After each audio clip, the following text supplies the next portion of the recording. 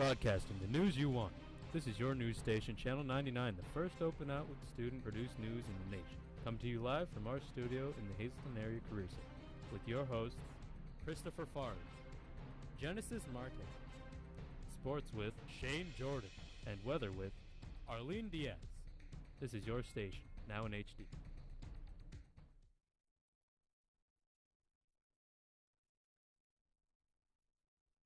Good afternoon, everyone, and welcome back to Channel 99 News, your only local student-produced live news show. I'm your host, Genesis Marte.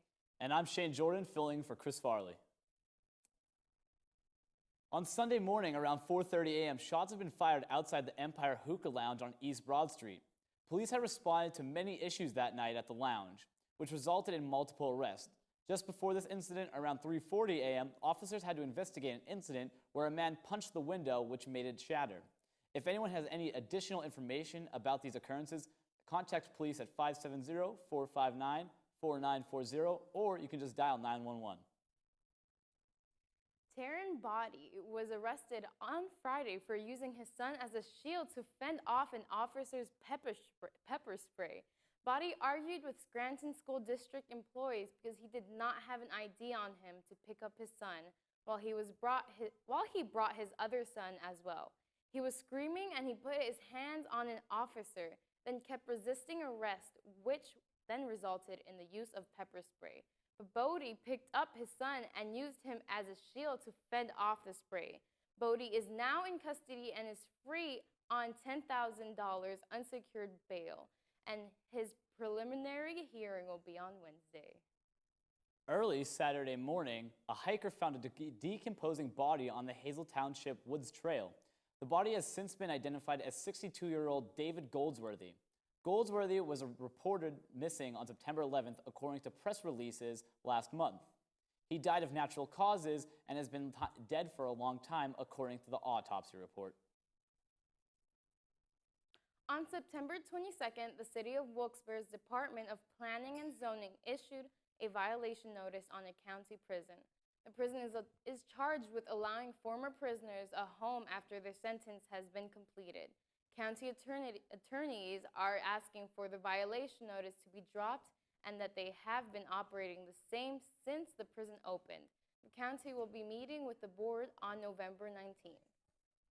A masked Palestinian uses a slingshot as tires burned during clashes with Israeli security forces after the funeral for Palestinian American Orwa Hamid, 14, who was shot last Friday during clashes with Israeli army soldiers at the entrance of Hamid's home village of Swilad, near the West Bank city of Ramallah.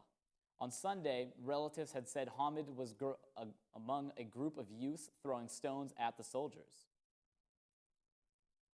A man suspected of killing 2 deputies during a shooting rampage in Northern California was deported twice to Mexico and had a drug conviction. His wife, 38-year-old Janelle Marquez Monroe, was also in custody on suspicion of 2 counts of murder and carjacking after the attack on Friday that left 2 deputies dead and 2 other victims wounded. Investigators spent multiple days trying to clean up this chaos. We will update you with more later on. On Monday at State Street Gil Clark Summit, a celebrity bartending event was held to help raise money for the American Cancer Society. All the bartenders' tips went toward breast cancer research. Many of the volunteers have personally been touched by breast cancer in their family, so this event meant a lot to many. A concert was held during the special night dedicated to the police and their great efforts to find Eric Frayne in the woods of the Poconos. Many students in the area still fear for their safety. However, they have faith that will be changing, whether finding him may be easier. The Hershey Chocolate Company hosted this year's Junior Leadership Day. It started with the current manager presenting the Hershey story and sharing the plant's history. Students were able to see how the candy is made and were able to tour the plant. Students also were taught proper interview techniques. The day finished with students working with their community projects. Tarratuhil held the 2nd annual Jobs for You Expo with the Hazleton Area High School and the Career Center students. Jordan Masharlik is here reporting more. Hey Hey guys, Jordan Marshall from Channel 99 reporting here at the Hazleton Area High School for the 2014 Jobs for You Expo. Today I'm working with CareerLink, and we're going to teach our students how to better prepare for a video interview, which is the wave of the future. We're practicing on a software that's put out by CareerLink called the Big Interview. Well, it's showing what the trend is going to be. What we're doing is helping the students prepare for job interviews, to look better on camera, and to feel more at ease. Even if you're not going to video online, you should at least learn how to do a better Skype or selfie. Well, today I'm going to be here talking about careers in sports. I'm a professional baseball player. I went to Hazleton Area High School, graduated in 2004. There's a lot of different options for students if they're interested in a career in sports. There's sports psychology, there's sports agent, there's athletic training, physical therapy. We have some representatives from the rail riders here that they work in marketing, ticket sales, entertainment, photography. We need tech gurus for minor league affiliates that work on the scoreboard and do all the editing. So there's a lot of different careers in sports if there's students that are interested in that career.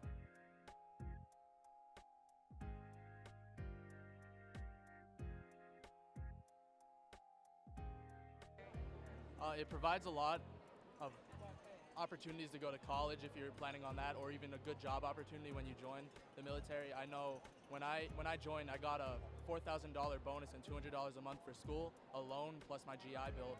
It opens up all these different opportunities and different colleges that will accept you. The various opportunities that they have in the military and how it builds on them as a person to join the military. Okay, thank you.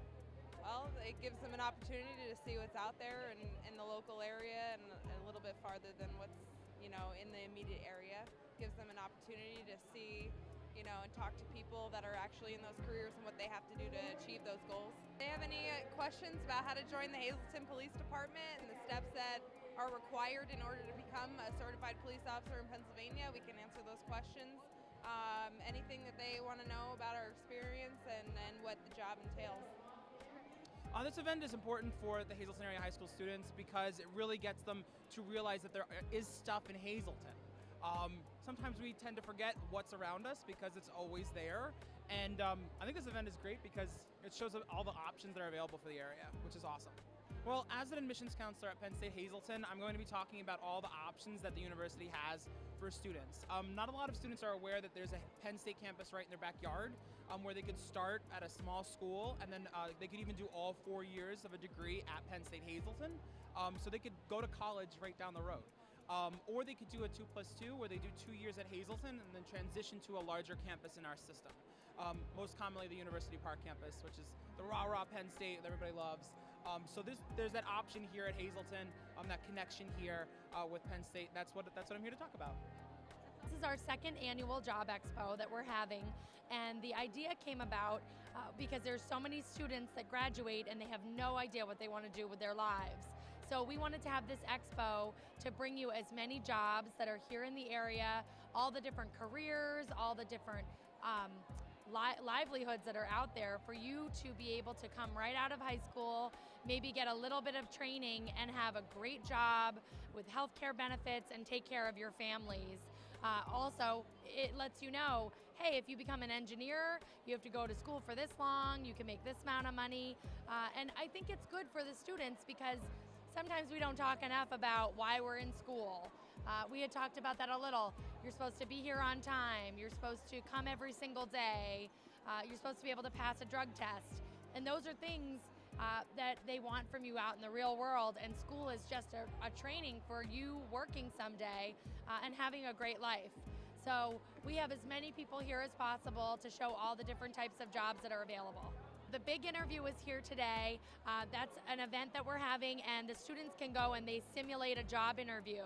So they have you do your job interview once without any practice, and it tape records you, and you get to watch yourself on television and see what you looked like, what you sounded like, what you should or shouldn't have said, and it helps you to prepare for that big interview that you're gonna have someday. So we have 400 students that did that with the Career Link. We have that booth, it's still here. We're gonna bring it back next year for the students. And it's important because the way you look, the way you're dressed, the way you talk and present yourself and communicate is really important when you want to get that job over somebody else that's trying to get that same job. What have you experienced today? Free things.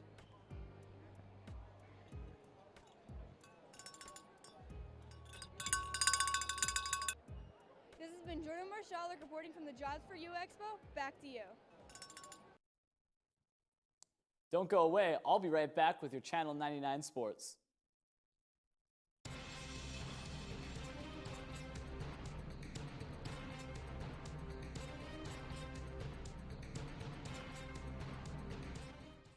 There's a lot of tree branches and dry brush over here. We should probably move the bonfire over there.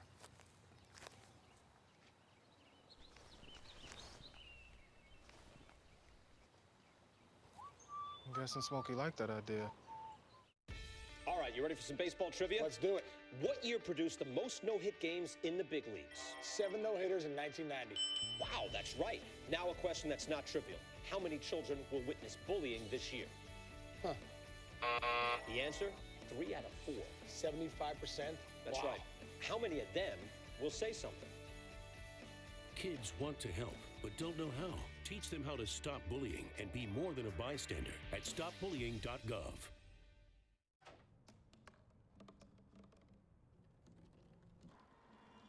Everybody has a dream.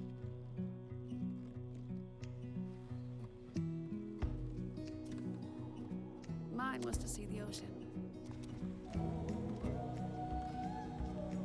And with a little help, I made it.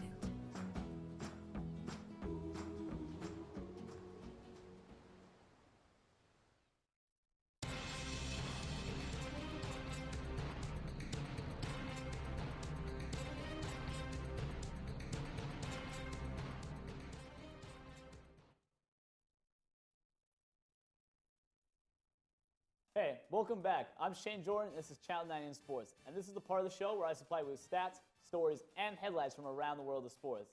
Later, we'll have Dalton Callan with District News and Joe Tag with your WWE News. First up, we're going to start with Monday Night Football. Last night, the Washington Redskins traveled to Dallas and took on Tony Romo and the Cowboys. The hometown hero, no, I'm not talking about Tony Romo, but the ex-Texas Longhorn Colt McCoy came through clutch for the Redskins. He threw for 299 yards and was 25 for 30 on passing attempts. The game 17-17 at the end of regulation, but ended 2017 Redskins beating the Cowboys by a field goal kicked by Kay Forbath. Now into some football news across the pond, aka soccer. It's about the time of the year to talk about the highest standard soccer trophy to be attained. The award is given to the year's best player. The name of this award is the Ballon d'Or. Cristiano Ronaldo and Lionel Messi, by no surprise, are huge contenders. But most shocking is Luis Suarez is out of contention for it. Though he had a great year, I think the whole biting incident at the World Cup didn't help his voting. Now, here's some news you weren't expecting to hear. Michael Jordan going for his 7th ring. No, he's not going to be playing, but he's going to be coaching for the elusive 7th ring he so dreams of. With young talented players like Lance Stevenson, Kemba Walker, and Michael Kidd-Gilchrist playing for the Charlotte Hornets, definitely a lot of potential, but in this day and age, potential doesn't win championships. Loading your team up with stars does. I hate to say it, but it is true, aka the Heat and the Cavs. With that being said, that'll be it for me. I'm Shane Jordan, and I'm going to throw over to Dalton with your district sports. Dalton? Hi, my name is Dalton Callan. Welcome to your district sports and Channel 99 News. Coughlin eliminated Crestwood in the district semifinals of the District 2 Class 2A Soccer Championship by scoring 3-0. Coughlin will play Valley View on Wednesday. The site and time is not determined of this newscast, but it will be a great game. The Lady Cougars advanced to the 3A District 2 volleyball title match by beating Wyoming Valley West 3-1. The Lady Cougars will play top-seeded Delaware Valley at North Pocono High School right after the Class A final. And here's Joe Ty with your WWE Sports. Sunday night, the Hell in a Cell event took place in Dallas, Texas. You might be looking for the match results in. I have them for you guys. The pre-show was Mark Henry versus Bo Dallas, and Mark Henry came out victorious, using the world's strongest slam. Dolph Ziggler had a fierce physical battle with Cesaro in a 2 out of 3 falls match for the Intercontinental title. and Dolph Ziggler had defeated Cesaro. The Bella match had ended quickly with Nikki coming out on top. Sheamus had successfully defended his U.S. title against The Miz. The mysterious Dust Brothers had also retained their tag titles against the Usos. Paige did not win her Divas title back from AJ Lee as AJ put up a good fight. John Cena had defeated Randy Orton in their Hell in a Cell match, which means that Cena gets his rematch against the Beast Brock Lesnar. For the final Hell in a Cell match, the unstable Dean Ambrose went up against the man who destroyed the Shield, Seth Rollins. The man had been putting a long, crucial match. Then suddenly the lights went black and a lantern was put in the middle of the ring. And suddenly the lights went back on and Bray Wyatt came back and attacked Dean Ambrose. This led to the victory of Seth Rollins. And one more thing, Bo Dallas made an open challenge and his opponent was the returning Ryback. And Ryback defeated Bo with the Shell Shock finishing move. I'm Joe Tag. See you next time.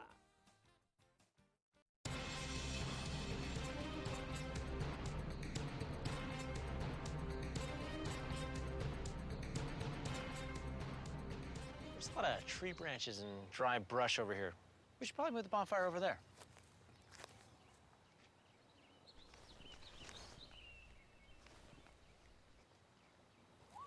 I'm guessing Smokey liked that idea. All right, you ready for some baseball trivia? Let's do it. What year produced the most no-hit games in the big leagues? 7 no-hitters in 1990. Wow, that's right. Now a question that's not trivial. How many children will witness bullying this year? Huh. The answer, 3 out of 4. 75%? That's Wow. right. How many of them will say something? Kids want to help, but don't know how. Teach them how to stop bullying and be more than a bystander at stopbullying.gov.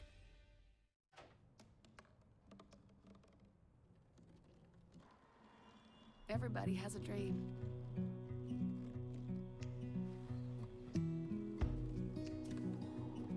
Mine was to see the ocean. And with a little help, I made it.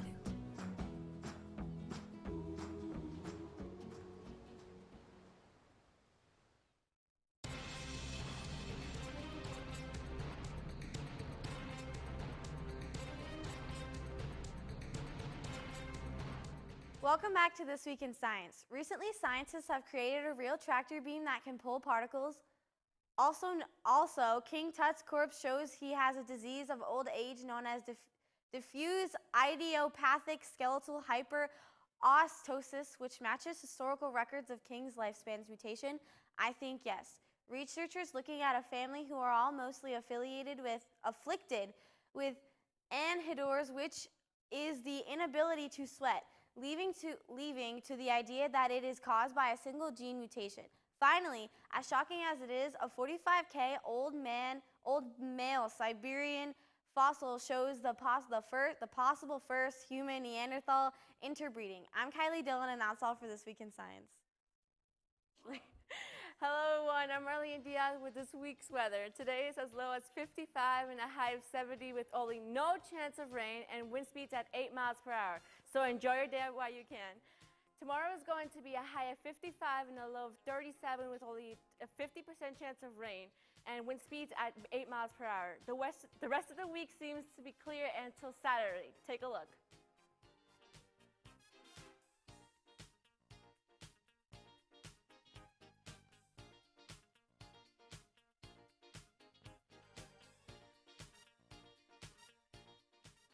Thanks for tuning in to Channel 99.